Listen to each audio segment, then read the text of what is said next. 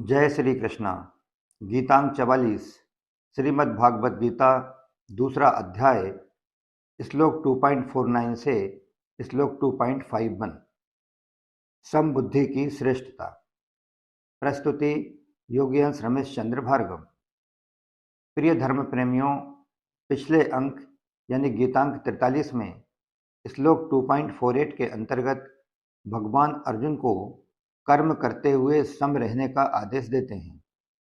इसके बाद अब आगे श्लोक 2.49 से श्लोक 2.51 तक इन तीन श्लोकों में भगवान अर्जुन को समबुद्धि की श्रेष्ठता उदाहरण सहित बता रहे हैं।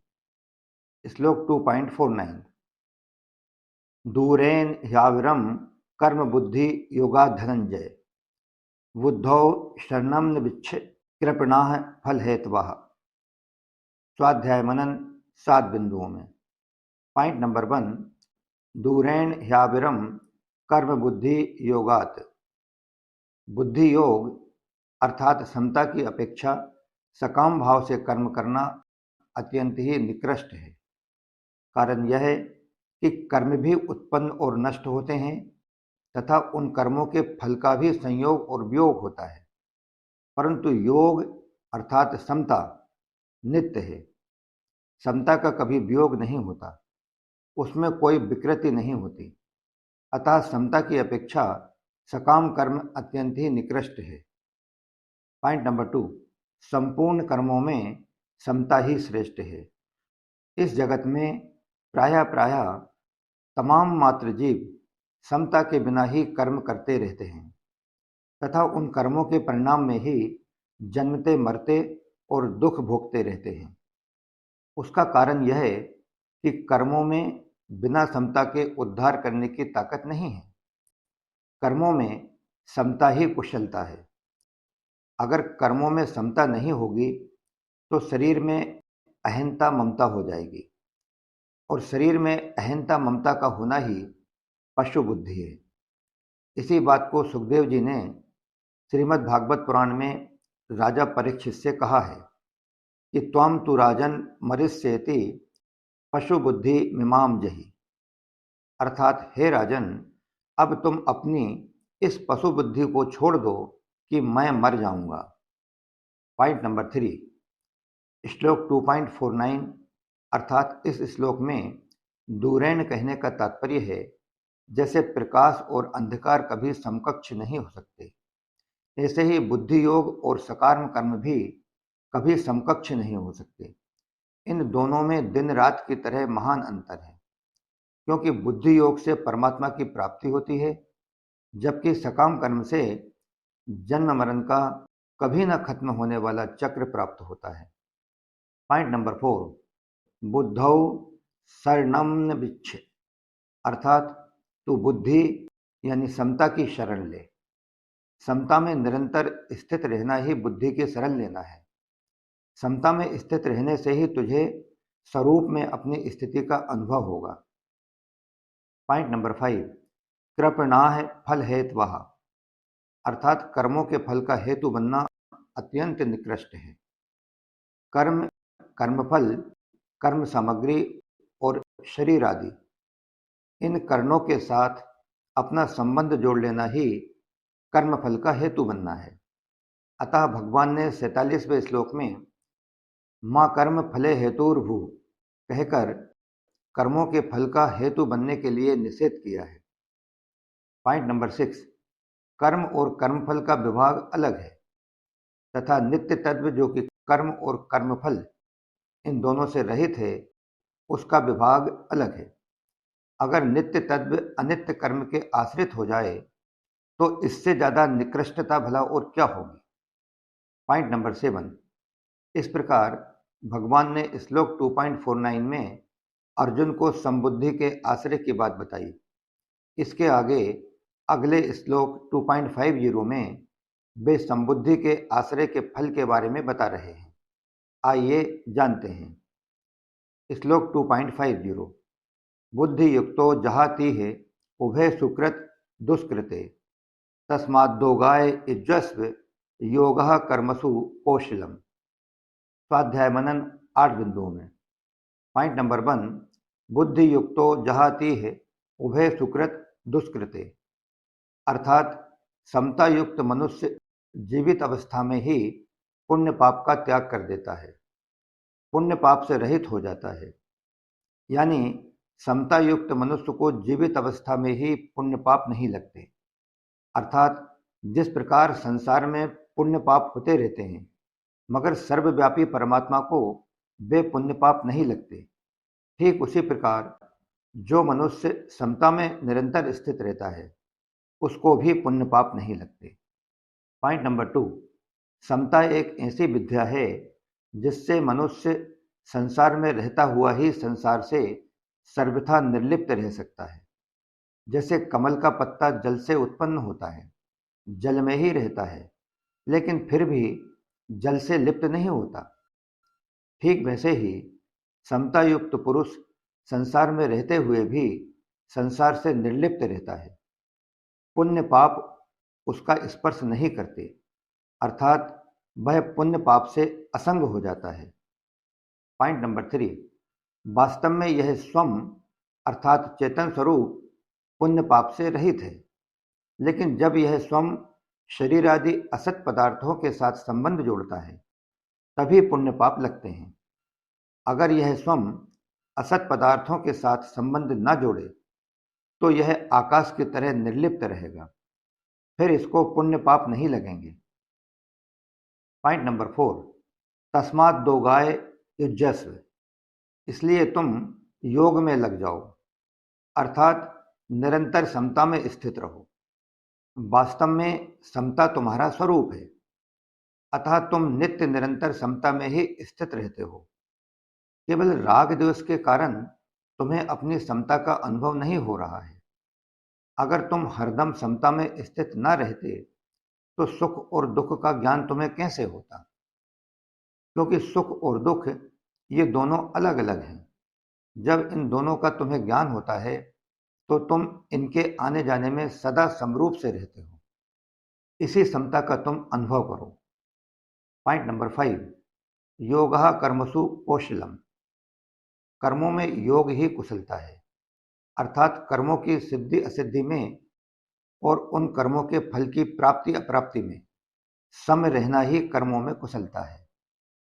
इस प्रकार उत्पत्ति और विनाशशील कर्मों में योग के सिवाय दूसरी कोई और चीज कतई भी महत्व की नहीं है। इन पदों में भगवान ने योग की परिभाषा नहीं बताई है, प्रत्युत योग की महिमा बताई है।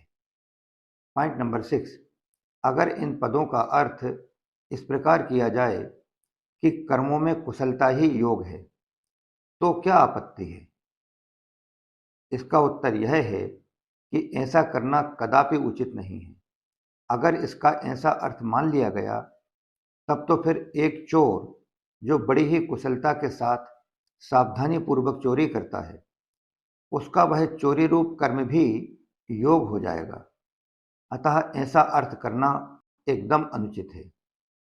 पॉइंट नंबर 7, यहाँ कोई यह कह सकता है कि हम तो विहित कर्मों को ही कुशलतापूर्वक करने का नाम योग मानते हैं, परंतु ऐसा मानने से मनुष्य कुशलतापूर्वक सांगोपांग किए गए कर्मों के फल में बंध जाएगा, जिससे उसकी स्थिति समता में नहीं रहेगी। अतः यहाँ कर्मों में योग ही कुशलता है ऐसा अर्थ लेना ही उचित है, कारण कि कर्मों को करते हुए भी जिसके अंतःकरण में समता रहती है वह मनुष्य कर्म और कर्मफलों में कभी बंधेगा नहीं। इसलिए उत्पत्ति और विनाशशील कर्मों को करते हुए सम रहना ही कुशलता है और यही बुद्धिमानी है।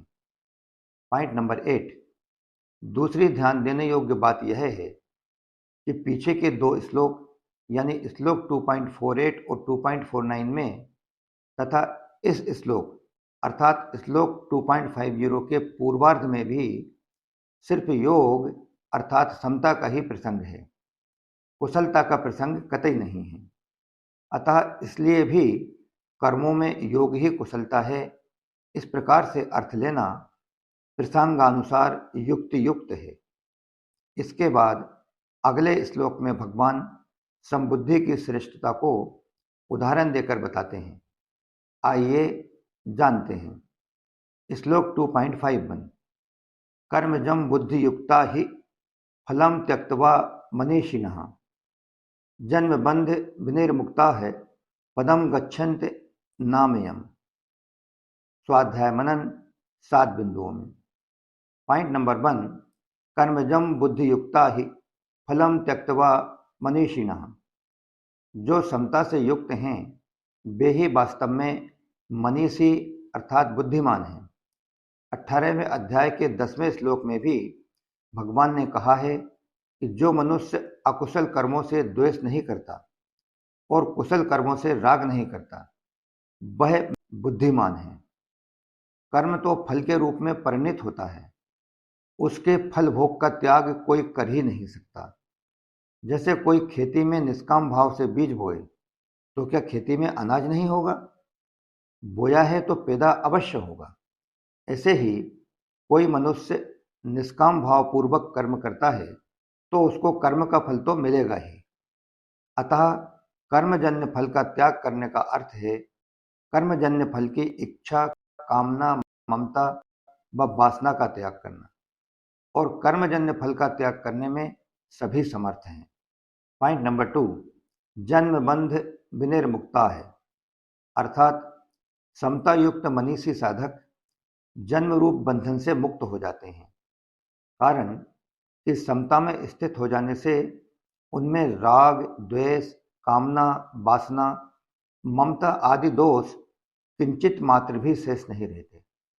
अतः उनके पुनर्जन्म का कारण ही नहीं रहता। वे जन्म मरण रूप बंधन से सदा के लिए मुक्त हो जाते हैं। पॉइंट नंबर 3, पदम गच्छन ते नाम यम। आमय रोग का नाम है तथा रोग एक विकार है, तो वहीं दूसरी ओर जिसमें किंचित मात्र किसी प्रकार का भी विकार न हो उसको अनामय अर्थात निर्विकार कहते हैं। समता युक्त मनीषी लोग ऐसे निर्विकार पद को प्राप्त हो जाते हैं। इसी निर्विकार पद को 15वें अध्याय के 5वें श्लोक में अव्यय पद और 18वें अध्याय के 56वें श्लोक में शाश्वत अव्यय पद नाम से उद्धृत किया गया है। पॉइंट नंबर 4, यद्यपि गीता जी में सत्व गुण को भी अनामय कहा गया है, पर वास्तव में अनामय अर्थात निर्विकार तो स्वयं अपना स्वरूप यानी परमात्म तत्व ही है, क्योंकि वह गुणातीत तत्व है जिसको प्राप्त होकर फिर किसी को भी जन्म मरण के चक्कर में नहीं आना पड़ता। परमात्म तत्व की प्राप्ति में हेतु होने से भगवान ने यहाँ सत्व गुण को भी अनामय कह दिया है। पॉइंट नंबर 5, अनामय पद को प्राप्त होना क्या है? तो प्रकृति विकारशील है। यह स्वयं निर्विकार होते हुए भी जब विकारी शरीर के साथ तादात्म्य कर लेता है तब यह अपने को भी विकारी मान लेता है, परंतु जब यह शरीर के साथ माने हुए संबंध का त्याग कर देता है तब इसको अपने सहज निर्विकार स्वरूप का अनुभव हो जाता है।